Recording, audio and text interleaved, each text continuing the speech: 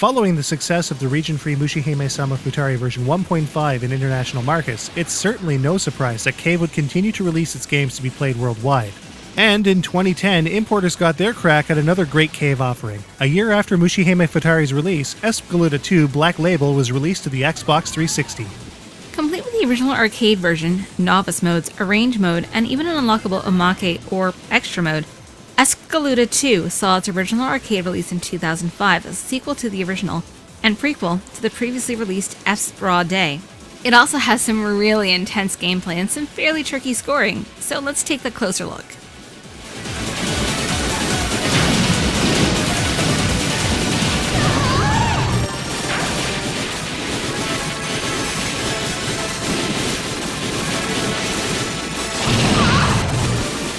If you've been following us for a while, you know what the typical rules of a Cave game are, and they apply here too. 8-way movement. Quick when firing rapid, slow while firing lasers, in this case known as the rapier, for better bullet dodging in crowded areas. Multiple characters with different fire patterns and a progressive power-up system with red P icons. But beyond these core rules, Espgaluda really changes things up with some interesting and quite technical stuff.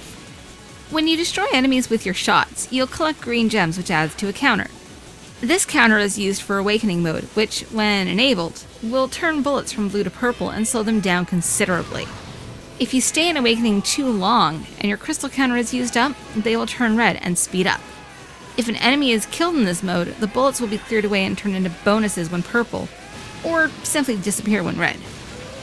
You also have access to a chargeable bomb, which not only shields you from enemy fire while charging, but also fires a powerful concentrated beam at your foes. Known as the guard barrier, it can be used to wipe away enemy shots and depletes a gauge at the bottom of the screen, which is refilled with green energy pickups.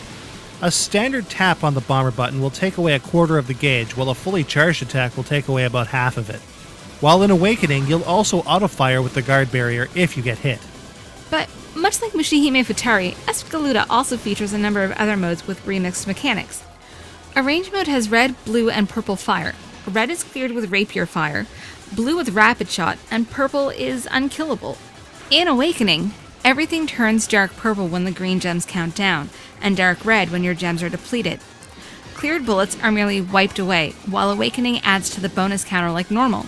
It also features a 2-player mode.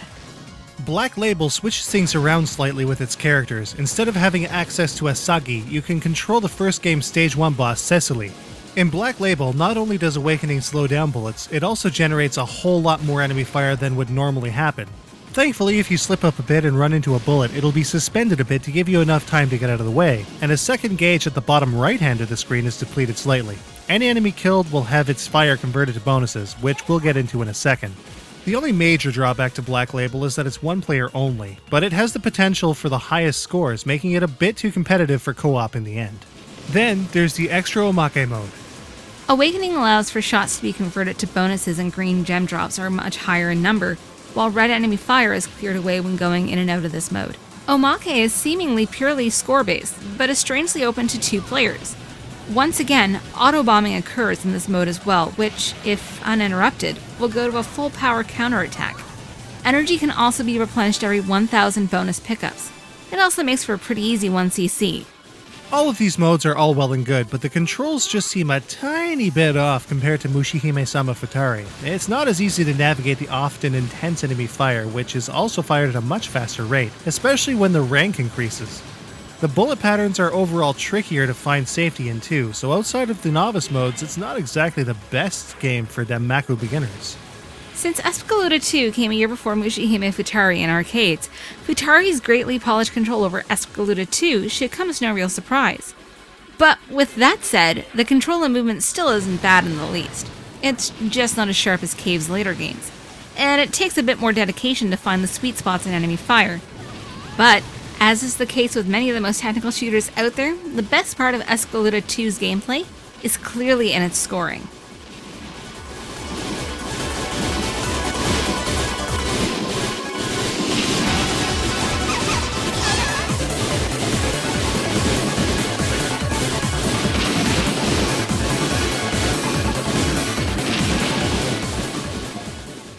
Scoring high in Espgaluda II is a pretty technical process and can be a bit tricky to get the hang of. In standard arcade and 360 modes, there are two main methods to getting huge scores. The first is to switch into Awakening mode to slow down the bullets and turn them purple.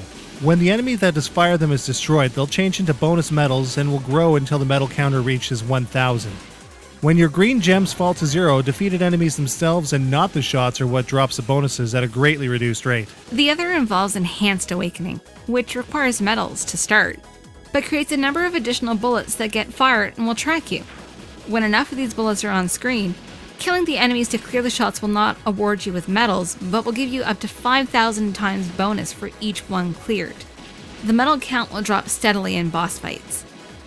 As with Mushihimesama Futari, all of the extra modes play quite differently from each other, and score differently as well. In Arrange mode, destroying red and blue shots with their respective weakness will give you a nice bump up on your green gems for Awakening, which works normally for the most part until shots turn dark red. At this point, Awakening will continue at the cost of your medals, the shots will speed up, and can all be cleared away for bonus medals until the medal count falls to 0. But any of the medals that you collect don't count towards your medal count. Black Label is where perhaps the biggest scores in this package can be achieved, especially since the medal count goes all the way up to 10,000. When in Awakening, literally thousands of extra enemy bullets can be fired in response, which can all be cleared away for a giga-ton of medals, and a quick chain multiplied score based on the amount of bullets cleared at once, up to 1,000 times. But be careful, because when they get cleared within Awakening, no bonus is obtained from the cleared shots. Being a one-player mode only, this is clearly the most score-intensive mode at its core.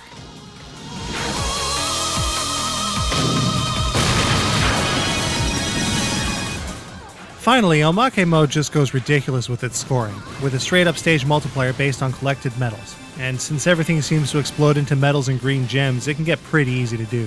While in Awakening, the multiplier will fall, as with boss fights like in any other mode of play. In any mode you play, you will receive a bonus based on the amount of gems and medals you've collected, which can often be high, especially in Black Label.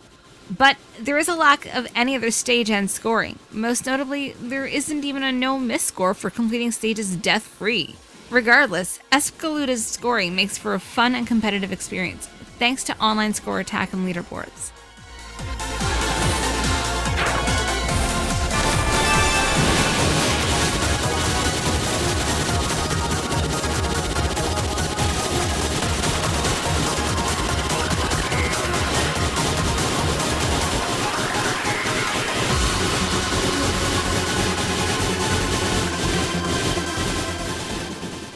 As far as cave games go, so far on Bullet Heaven, we've taken a look at Dodanpachi, Akai Katana, Mushihimesama Futari version 1.5, and played quite a bit many more.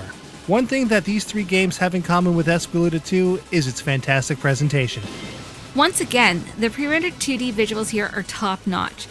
Well-animated, highly detailed sprites, and gorgeous backgrounds aren't lost to your fire like Mushihimesama's Arrange mode, and of course, the only slowdown there is here is the slowdown that you earn. Not surprisingly, the character design is also a cut above. Manabu Namiki, Mitsuhiro Kaneda, and Ryo Uemoto all contribute to a stunning OST that is equally great in its arranged versions. Standout tracks pretty much play one after another, with some that heavily bear traits that would be heard in both Death Smiles and Akai Katana later down the line. The sound effects are also suitably great as well, with never irritating voice samples and always subtle shot sounds that never really get in the way or distract from what's going on. Everything explodes with subtle difference in sound and meshes well with what's happening on screen. The only exception I can think of is Omake mode's super big chime whenever you get big medal counts. The menus are also easy to navigate, and they're pretty well designed thanks to the awesome art direction. And of course, Tate modes are available for vertical-oriented screens. There's also a standard definition pixel-perfect arcade mode, which is great for SD displays.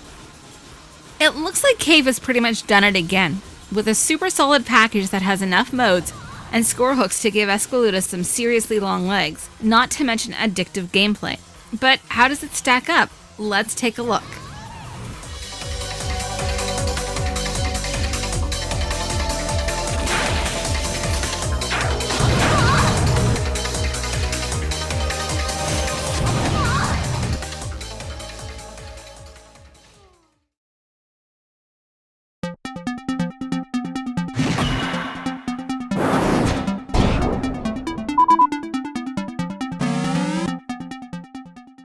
Espgaluda II's control is sharp enough to get the job done, but perhaps not quite as good as Mushihimesama Futari's. Espgaluda II handles really well, especially in Black Label. In the end, I actually preferred it to Mushihime Futari. The more dense, faster traveling enemy fire will require practice to master outside of the novice mode, guaranteed. 1cc's are an easy thing in the novice and arrange modes, but Arcade, 360, and Black Label seem to have much faster traveling bullets than other game standards versions. With a total of 7 modes, each with unique scoring and gameplay hooks, and 6 stages apiece, there's a serious trove of content here. Espgaluda II surprised me with its longer than expected 6 stages, though some stages felt shorter than others. It all balances out to a decent play length. Some of the background elements are unbelievable, and the sprites are, as always, awesome. I love the sprites in this game. The animation here is definitely tops. Espgaluda II has a pretty amazing soundtrack that stands as one of Cave's best. The OST is pretty catchy, and the sound effects are not just subtle, but suitable. Espgaluda II is all caved up, and while the scoring and gameplay mechanics are pretty much unique on their own, they don't quite work as well as Mushihimesama Futari's. Black Label specifically has some nice concessions that make it just a bit more approachable to new players, especially with the bullet slowing mechanic when you're about to get hit. Though it may not be quite as good as Cave's previous release, Espgaluda II is still a damn fine game with some super satisfying scoring and great presentation to boot. It's yet another game that everyone has to play, and the 360 version is probably the best place to do it. Espgaluda II Black Label gets a 4.5 out of 5. Just like Mushihimesama Futari before it, Espgaluda II has achieved Platinum Hit status and can be had brand new for about $45 at most online stores such as PlayAsia. It's about the same price at auction, with first prints going for more, but it's okay if you get a grey case version because it's still solid gold.